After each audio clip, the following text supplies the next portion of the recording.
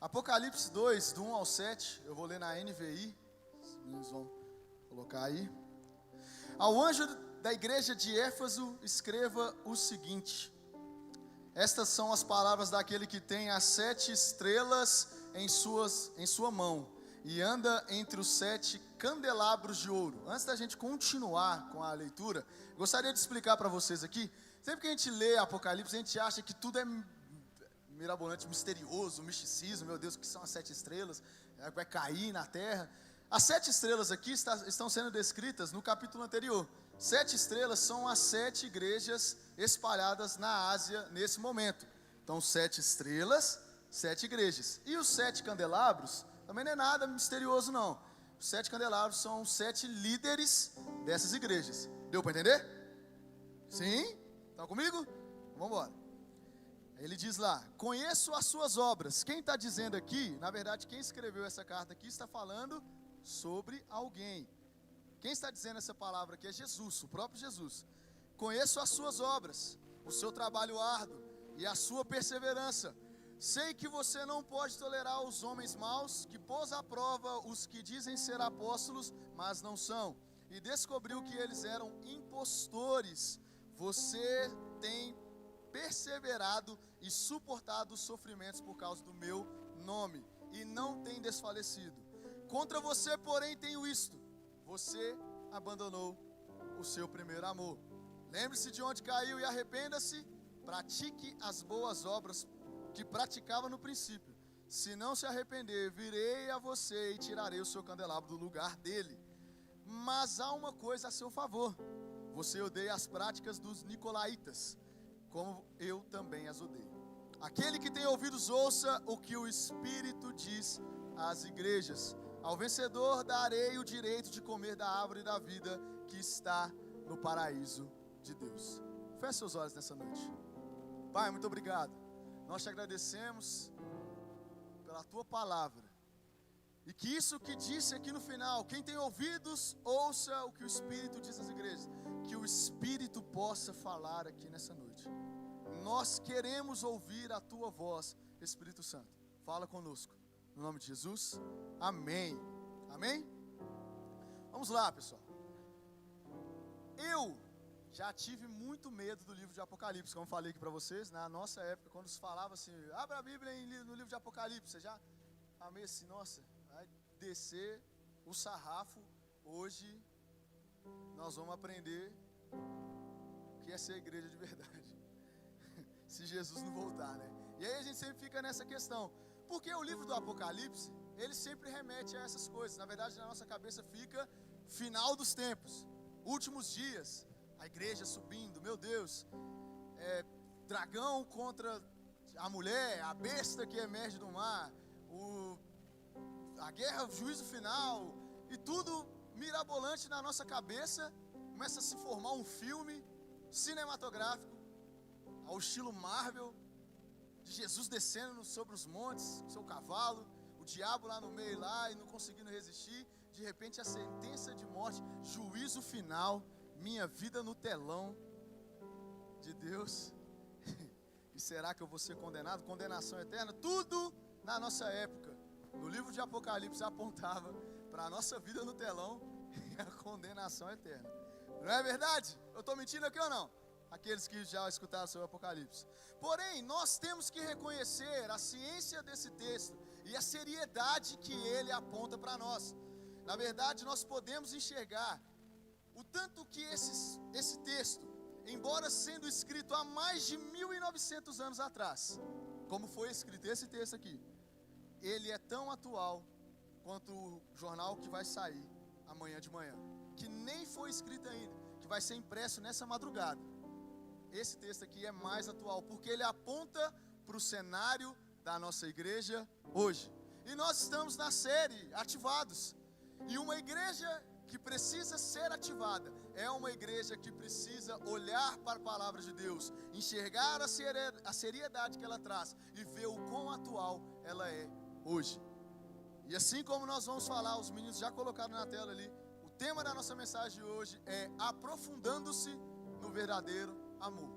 Lá no TIM, nós estamos falando sobre a profundidade o ano de 2024 é o ano da profundidade. E nós estamos querendo trazer esse conceito para cá, hoje, nesse culto. O conceito da profundidade. Afinal de contas, para termos uma igreja ativada, precisamos ter uma igreja profunda. Profunda nas Escrituras, profunda no próprio Cristo. É o que foi cantado aqui. Não quero só me arrepiar, não quero só me emocionar. Eu quero mergulhar, eu quero me aprofundar.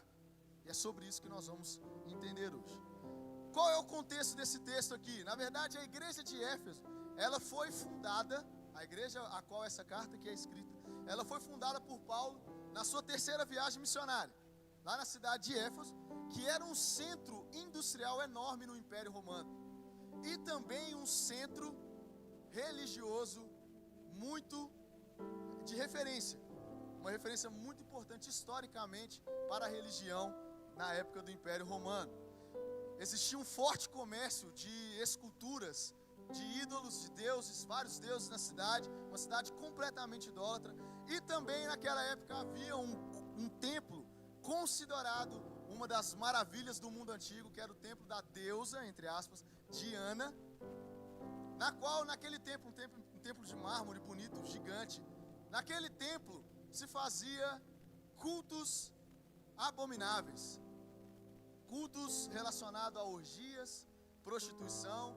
As mulheres que eram sacerdotisas da deusa Diana eram mulheres que se prostituíam pelo culto à deusa Diana, mulheres que raspavam a sua cabeça como marca sacerdotal da deusa Diana, mulheres que se engravidassem naquela época, dentro dessas orgias que aconteciam no culto, elas eram expulsas do templo. Então imagine, nós já temos o primeiro conceito da cidade, uma cidade completamente idólatra. E agora uma cidade que trata a mulher, essas sacerdotisas, como objetos de culto abominável. Então imagine, aquelas mulheres, as que ficavam no templo ainda tinham alguma coisa para poder fazer, algo abominável, mas ainda tinha meio que um propósito, podemos dizer assim. Mas as que eram expulsas eram deixadas para lá, grávidas. E era uma cidade que existia bastante filhos que nem sabiam quem eram seus pais, filhos bastardos. Então imagine a carga emocional, espiritual, cultural da cidade de Éfeso naquele momento. Só que o evangelho chega naquele local através da vida de Paulo. Paulo planta uma igreja ali, e aquela igreja recebe tão bem, aquela cidade recebe tão bem o evangelho, que as pessoas começam a ser libertas dessa cultura maligna, abominável. As sacerdotisas, os sacerdotes, aqueles que adoravam outros deuses, começam a entregar os livros e queimá-los à praça pública, aceitando o evangelho e rejeitando qualquer tipo de idolatria naquele local. Começa a se quebrar os ídolos, aquela cidade começa a ser ativada pelo evangelho através da igreja que é plantada por Paulo ali. Mais tarde, o evangelho ali, Paulo planta na sua viagem missionária, Paulo é preso, Paulo vai passar vários tempos ali escrevendo cartas para as igrejas, e ele escreve uma carta aos Efésios, que é a carta que nós temos na Bíblia, dedicada aos Efésios, fazendo-os relembrar das prioridades, das principais, dos fundamentos. Se você ler a carta de Efésios, você vai ver uma carta que traz fundamentos para a igreja. É como se Paulo estivesse tentando relembrar, como se a igreja estivesse precisando ter uma alinhada, assim como acontece um alinhamento aqui na quarta-feira do Unânimes Jovens, como se a igreja precisasse ser alinhada para o propósito. Paulo escreve essa carta aos Efésios. Logo depois que Paulo escreve essa carta, ele envia Timóteo para pastorear essa igreja. Timóteo pastoreia essa igreja, e depois o evangelista João é enviado para poder pastorear essa igreja. E na época do pastoreio do evangelista João, nessa igreja, um imperador decide ser cultuado em vida, o imperador da época de Roma. Naquela época havia o costume dos imperadores serem cultuados na morte. Depois que morriam, viravam deuses, eram cultuados. Aquele imperador decide fazer diferente, decide praticar ainda um ato mais abominável do que ser cultuado na morte, ser cultuado na vida. Mais ou menos referenciando aquilo que, por exemplo, o anticristo vai querer fazer quando ele vier, até de fato, aí também não devemos entrar nesse ponto, nesse mérito. Mas ele decidiu ser cultuado em vida, e a igreja de Éfeso se opõe arduamente, é ativada a se opor a esse imperador. O evangelista João é preso e exilado para a ilha de Patmos, aonde ele escreve esse texto, revelado pelo Espírito Santo, que nós lemos nessa noite. E o que nós precisamos entender, de fato, como primeiro passo, é que a igreja de Éfeso é uma igreja como a igreja de hoje. A carta à igreja de Éfeso nos apresenta 4 conceitos.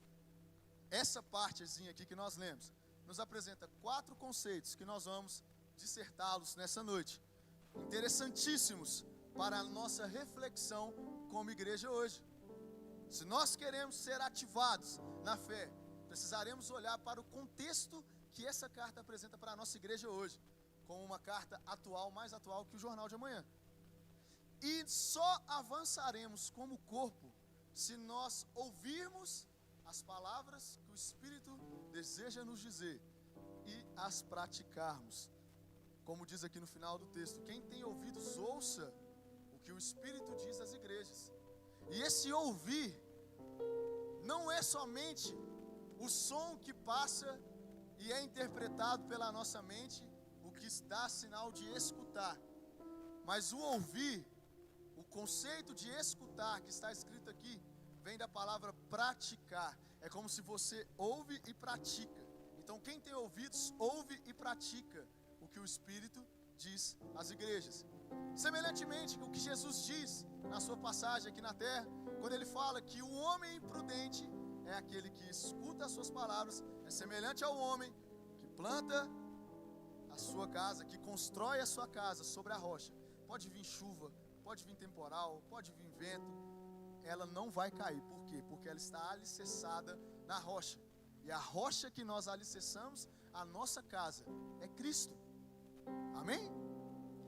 Mas o homem que não escuta, na verdade que escuta, porque ele fala, o homem que escuta as minhas palavras, mas não as pratica, é semelhante a um homem imprudente, que ao invés de construir a sua casa na rocha, constrói a sua casa na areia. E aí, qualquer chuva, qualquer vento, a casa desmorona. Por quê? Porque não houve prudência de construir num local aonde iria se firmar. E nós precisamos entender isso. Ao estudarmos esses conceitos, que é a carta da igreja de Éfeso, e assemelharmos com os nossos conceitos, precisaremos entender que ao ouvir isso, precisamos partir para a prática. Amém? Então o primeiro conceito é a autoridade sobre a igreja. Jesus começa a sua instrução justamente demonstrando toda a sua autoridade sobre a igreja. É certo que uma igreja só é ativada, só avança segundo a autoridade de Cristo. Ele diz lá, ao anjo da igreja em Éfeso escreva. Essas são as palavras daquele que tem. Ele tem nas suas mãos as 7 estrelas, as 7 igrejas daquele momento, do mundo antigo. E os 7 candelabros, e passeia no meio deles. Ou seja, ele tem toda a autoridade de passear, de deter nas suas mãos o poder e o domínio sobre essas igrejas. E para nós podermos ser uma igreja ativada, precisaremos nos colocar debaixo do senhorio de Cristo, porque ele precisa deter toda a autoridade. Uma igreja que avança é uma igreja que está alicerçada na autoridade de Cristo. Entender de fato qual é essa autoridade. Essa saudação que começa essa carta enfatiza a soberania de Cristo sobre a sua igreja.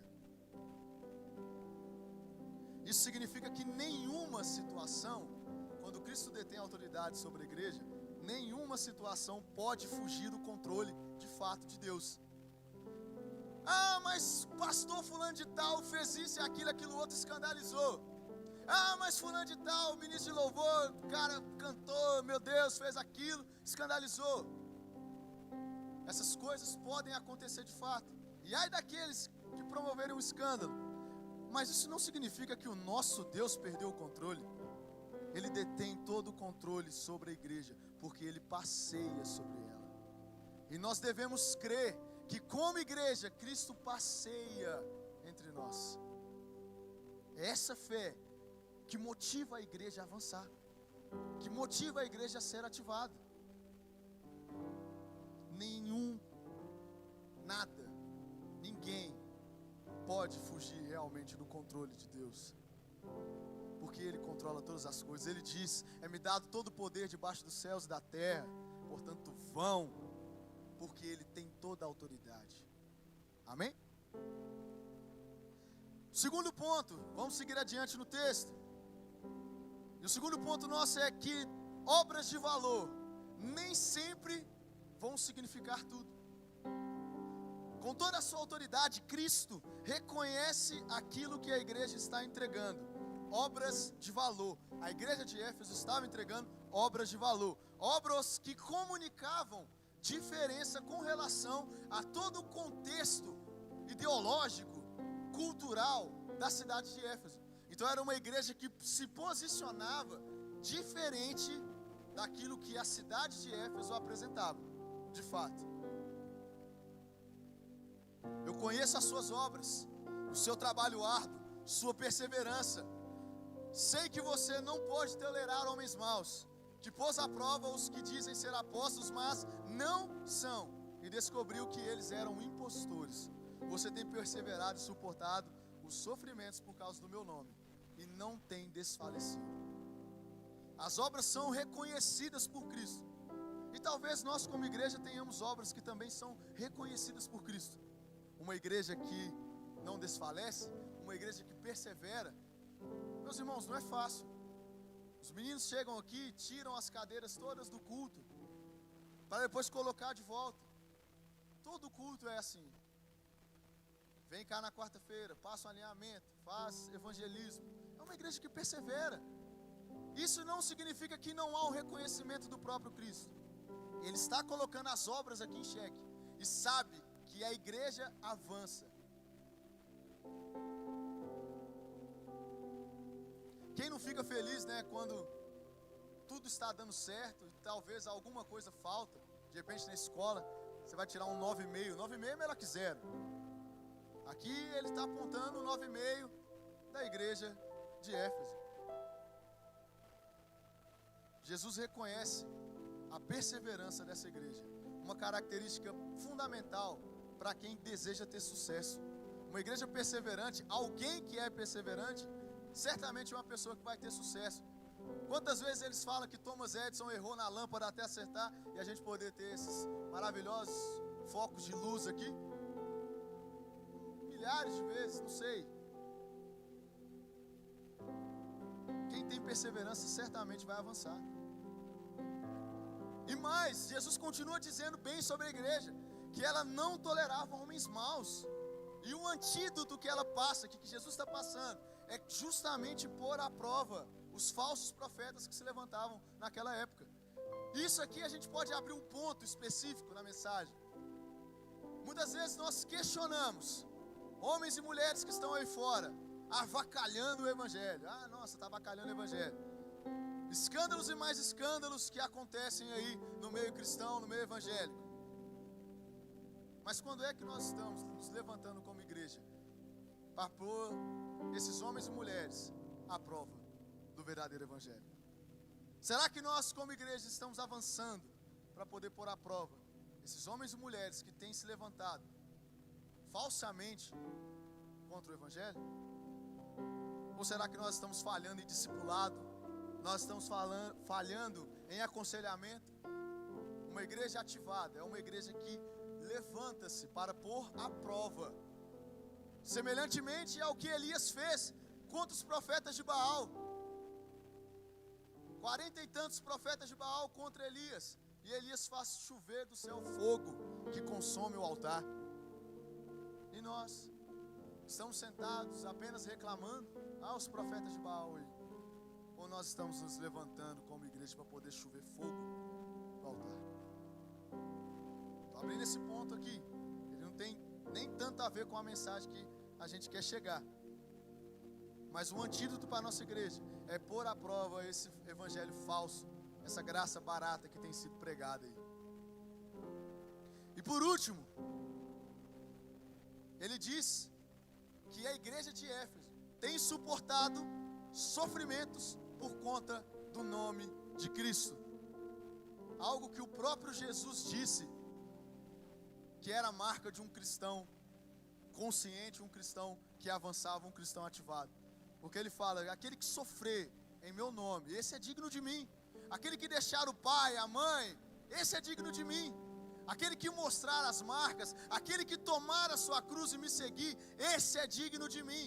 Então a igreja de Éfeso parece uma igreja muito boa.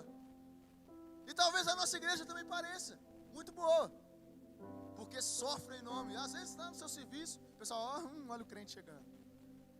Fala baixo. Ele vai xingar a gente. Então você é cristão, então. Posso ser votou no Bolsonaro. Não é verdade? Ou então no Lula, não sei. Gente, eu não estou levantando bandeira política não, tá? Só que é o que eles dizem.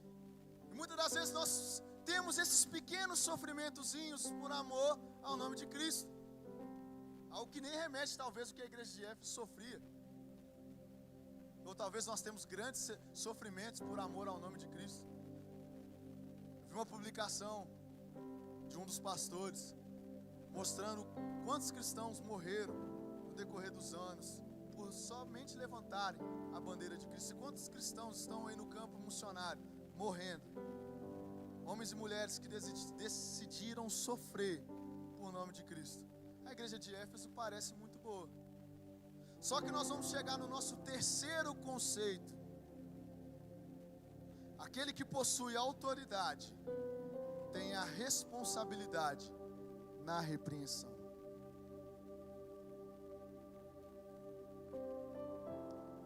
Contra você tenho, porém, isto. Estava muito bom, uns 9,5. Mas sempre tem aquele mas. Você abandonou o seu primeiro amor. E o ponto de reflexão aqui demonstra a transparência de Cristo ao trazer a sua igreja, a sua noiva, para uma conversa. A trazer a sua igreja para uma repreensão com responsabilidade.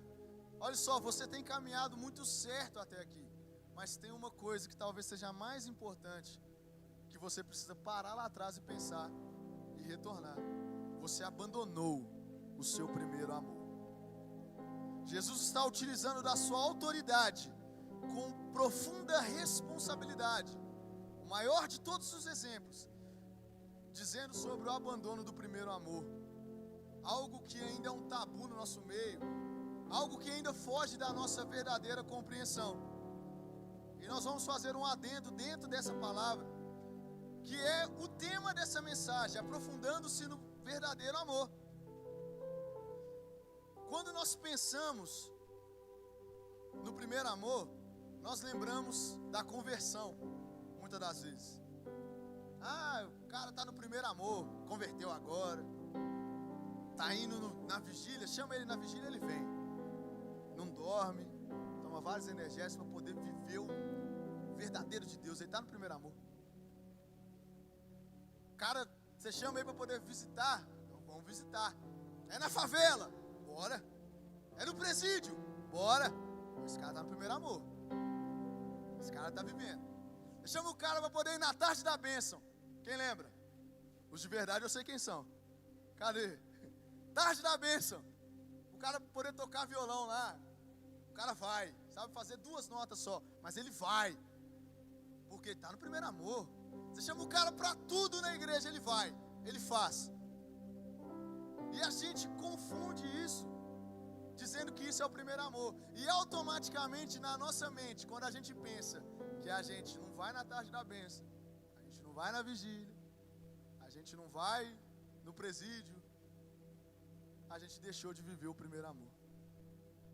Mas isso é um tabu criado por nós mesmos. Porque o conceito do primeiro amor é totalmente diferente. Às vezes nós travamos nesse conceito E podemos achar que nós vivemos um segundo amor. Um amor que já casei mesmo. Agora posso engordar. Tem como fugir mais, então posso fazer o que eu quiser. E a gente vive esse segundo amor, achando que a gente está no segundo amor. E aí fala, não, você tem que voltar para o primeiro amor. Você lê essa palavra aqui da igreja de Éfeso, pô, mano, eu tenho que voltar para o primeiro amor. E aí você é coberto de sentimentalismo. E aí você começa a tentar viver tudo e começa a cair no conheço as suas boas obras. Conheço o que você tem feito. Mas na verdade isso não aponta para o primeiro amor. Porque se apontasse, Jesus não teria dito isso aqui para a igreja de Éfeso. O primeiro amor não traz para nós um conceito de sentimentalismo e nem muito menos um conceito numérico, de ser um após o outro, de que você vai viver o segundo amor. Na verdade, primeiro amor vem do grego, e um bom pregador usa sempre o grego, legal? Vem da palavra grega lá, da frase grega, proten ágape. E vocês vão lembrar a palavra ágape, que vem do amor ágape, o amor sacrificial, o amor que se dá, que se doa, o amor que coloca o outro em primeiro lugar. E essa palavra proten é justamente primeiro, primícias, uma palavra relacionada justamente quando o filho pródigo chega e o pai fala assim: pegue as melhores roupas, as principais roupas, as roupas de realeza, as principais, o que você tem de principal, pega para o meu filho. Essa palavra está enraizada lá. Então quando Jesus fala que você abandonou o seu primeiro amor, não é que você abandonou aquele sentimento que você tinha quando você ia na tarde da bênção, mas é que você deixou de colocar Cristo no primordial. Você deixou de tratar Cristo como centro. Você deixou de tratar esse amor como a principal causa na sua vida. É isso que está querendo dizer. Primeiro amor não pode ser confundido com uma condição de sentimentalismo, nem muito menos com uma sequência numérica. Ele significa amor prioritário. Cristo deve ser o primeiro em nós. Se aprofundar no primeiro amor significa colocar Jesus como o primeiro em nossas vidas, como centro. Assim, nós aprenderemos sempre a motivação de ser ativados, de estar retornando, de estar sempre em constante motivação, porque Cristo é o primeiro. Isso que faz a diferença. A diferença na vida da viúva, que o Iago falou aqui, é porque ela colocou Jesus como o primeiro lugar. Ela colocou aquilo que ela ofertava como o primeiro lugar. Ela não estava dando para homens, ela estava dando para o próprio Deus. A diferença desses homens e mulheres que fizeram história na Bíblia, esses homens e mulheres que fazem história no Evangelho hoje, e fizeram história no passado, os pais da igreja, os reformadores, esses caras tiveram uma diferença: colocaram Jesus em primeiro lugar, sempre. Quer ser uma igreja ativada? Quer fazer a diferença? Coloque Jesus em primeiro lugar, dê a Ele o seu amor primordial e veja as coisas acontecerem, porque tudo vai fazer sentido. E para concluir, nosso último quarto conceito: um passo para trás, 5 para frente. E aqui nós temos um conceito bem interessante apontado nesse versículo que está nas entrelinhas. Quem aqui já esteve perdido no Waze, sei lá, num caminho que você está fazendo assim, a rota não recalcula, você está sem internet, você ficou perdido, mas você acha que está tudo de boa, você segue, tá, vamos seguir, normal. Eu já fiquei. E talvez pior do que estar perdido é você estar perdido sem saber que você está perdido. É a pior coisa que pode acontecer. E aqui está apontando justamente para isso. Vocês estão entregando Efésios, mas vocês não sabem o que vocês perderam. Vocês precisam dar um passo para trás, Lembre-se de onde caiu. Arrependa-se e pratique as obras que praticava no princípio. Se não se arrepender, virei a você e tirarei o seu candelabro do lugar. O nosso foco está em fazer. Continuava ardentemente se aplicando nas obras, mas algo havia se perdido e eles não sabiam. E o Espírito os convida para poder ouvir. Isso é maravilhoso. Das suas palavras e se arrepender. Ou então não faz sentido ser igreja. Se for para ser igreja e não se aprofundar no caminho de Cristo, não faz sentido ser igreja. É o que ele fala aqui. Se você não voltar para trás e não se arrepender, eu vou tirar o seu candelabro do lugar. Não faz sentido ter esse candelabro aí. Não faz. Se queremos ser uma igreja ativada, sem o aprofundar no amor a Cristo, sem aprofundar e colocar Ele como primordial na nossa vida, não vai fazer sentido ser ativado. Não vai fazer sentido a gente ficar falando sobre ativação aqui nesse culto. A gente precisa se aprofundar. Precisamos partir, sair da teoria e ir para a prática. Sair do escutar e deixar só as palavras fazerem um barulho na nossa vida. E se aplicar no verdadeiro amor. É o que Paulo fala na carta aos Coríntios. Se aquele que se aplica em tudo que faz, eu posso falar a língua mais bonita dos anjos. Se eu não tiver o amor, de nada disso, vai ser barulho, vai ser um som que entra e logo sai, porque eu não escutei, eu não pratiquei aquilo que diz para mim. E olha só que interessante, que no finalzinho aí, ele vai repetir, depois que ele fala do primeiro amor, ele ainda fala sobre uma coisa que a igreja de Éfeso fazia, de novo, é como se ele estivesse repetindo: olha, eu corrigi vocês, mas eu quero voltar lá no começo, quando eu estava falando das suas boas obras. E ele fala lá: há uma coisa a favor de vocês, vocês odeiam as práticas dos nicolaítas, assim como eu também odeio. E olha só que ponto interessantíssimo que é aplicado para nós aqui. Os nicolaítas eram uma seita que pregava sobre um evangelho barato, um evangelho liberal, um evangelho raso, que justamente apontava para a não profundidade do evangelho.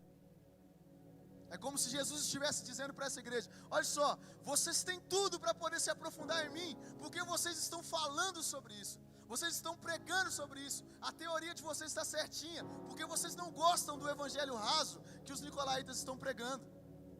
Contudo, está faltando vocês partirem para a prática, o ouvir verdadeiramente e praticar. É isso que está dizendo aqui.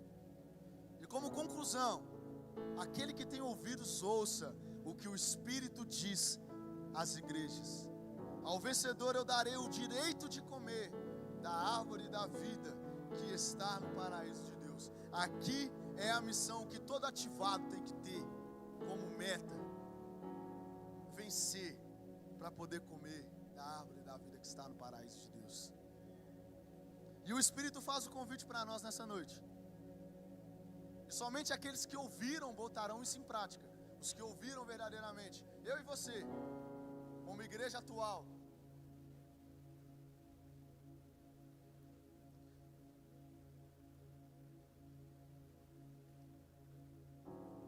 Na quarta-feira dessa semana eu fiz aniversário. Péssima hora para fechar a Bíblia, né? Na quarta-feira da semana eu fiz aniversário. E eu coloquei na minha agenda ali, no dia 17, que eu precisava fazer uma reflexão do que foi meus 28 anos de vida. E o Espírito Santo me levou a fazer uma lista dos motivos que apontavam o amor de Deus por mim. E aí eu fui listando todos eles. Fui listando que eu tirei minha carteira de graça por um milagre de Deus. Meu casamento foi um milagre do início ao fim. Continua sendo um milagre, com essa esposa maravilhosa que eu tenho aqui. Milagres financeiros. Milagres de livramentos de morte. Já quase fui atropelado. Meu nascimento foi um próprio livramento. Porque naquela época, naqueles hospitais ali, Monte Cristo ali que existia aqui. Quando eu nasci, a enfermeira colocou uma pulseira errada. E quase que eu ia com outra família, imagine. Meu Deus, vocês não iam me conhecer, talvez. Livramento atrás de livramento, meu irmão. Eu fui pontuando, eu fui enchendo aquela lista de coisas que simbolizavam o amor de Deus por mim. E ali contrito, totalmente assim, pego por sentimentos e emoções dos meus 28 anos de vida. E eu vendo ali cada motivo, simples motivo que Deus me amava, o Espírito Santo me trouxe a seguinte questão. Agora faz outra lista, que aponte os motivos que Deus tem para poder te amar. E eu não consegui escrever nada. A lista ficou vazia. Porque em mim não há motivo nenhum para que Cristo me amasse dessa forma que Ele me amou. E talvez na sua reflexão, e trazendo essa reflexão para os dias de hoje, nós estenderemos listas e mais listas que apontam o quanto que Deus nos ama, de ter entregado o próprio Filho dele na cruz, no meu lugar e no seu lugar.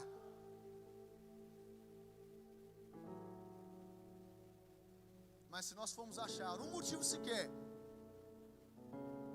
tentarmos achar um motivo sequer, para que esse amor seja justificado, nós não encontraremos nenhum. Isso é a graça de Deus. Só que se nós levantarmos uma outra lista dos motivos aos quais nós temos para não se aprofundar no amor a Cristo, nós também não teremos nenhum motivo, porque o que nós recebemos é de graça. Não há motivo para não se aprofundar em Cristo. E esse é o convite. E quem tem ouvidos, ouça o que o Espírito diz às igrejas. Fique de pé nesse momento.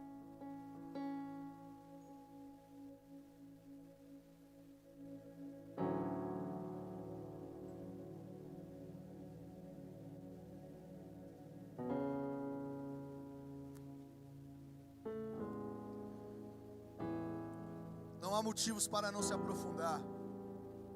Não há motivos para não mergulhar, para não querer caminhar mais um côvado, 2 côvados para dentro desse mar, que é a graça, esse oceano, que é a graça de Deus. Não há motivo sequer, nenhum. Porque esse Deus, que nos tanto amou, se entregou em nosso lugar. Jesus teve profundidade na sua missão, de se esvaziar ao nosso favor. E esse é o Evangelho que nós devemos nos aprofundar. Devemos nos esvaziar de nós mesmos, para que Cristo seja profundo em nós. Feche seus olhos nessa noite. Pai, muito obrigado. Nós te agradecemos, Deus, por todo o favor que o Senhor estendeu por nós. Tudo aquilo que o Senhor entregou nas nossas mãos, que nós não merecíamos, Pai, a começar pelo Teu sacrifício na cruz, no qual não éramos nem nascidos, mas o Senhor já estava pensando em nós, morrendo no nosso lugar. E além disso, o Senhor não se cansa de estender a sua graça dia após dia, nos dando saúde para poder avançar, nos dando fôlego de vida para poder ser vivos, nos dando emprego, nos dando a forma de falar, de se comunicar, nos dando momentos de lazer, nos trazendo angústias também, permitindo certas angústias nos alcançar, para que assim, mesmo na tristeza e diante da dor, a gente ainda possa sair aprovado nessa missão. Para que mesmo diante do caos e do desespero, a gente ainda saia melhor, a gente ainda saia maduro. Não há nada que nos aponte um caminho diferente a não ser se aprofundar. Nós nos encontramos diante de Ti, assim como Pedro fala: para onde iremos nós se só Tu tens a palavra de vida eterna? Não há outro caminho apontado para a igreja a não ser a profundidade no Teu Evangelho, Pai. Por isso nós oramos nesse momento e suplicamos ao Senhor: nos dê os passos, nos dê as coordenadas, se revela a nós através das Escrituras, se revela a nós em tudo que fizermos, e que tudo que nós fizermos seja para a Tua glória, Pai. No nome de Jesus, nós oramos a Ti, nós oramos a Ti. Muito obrigado, Senhor. Amém. Amém.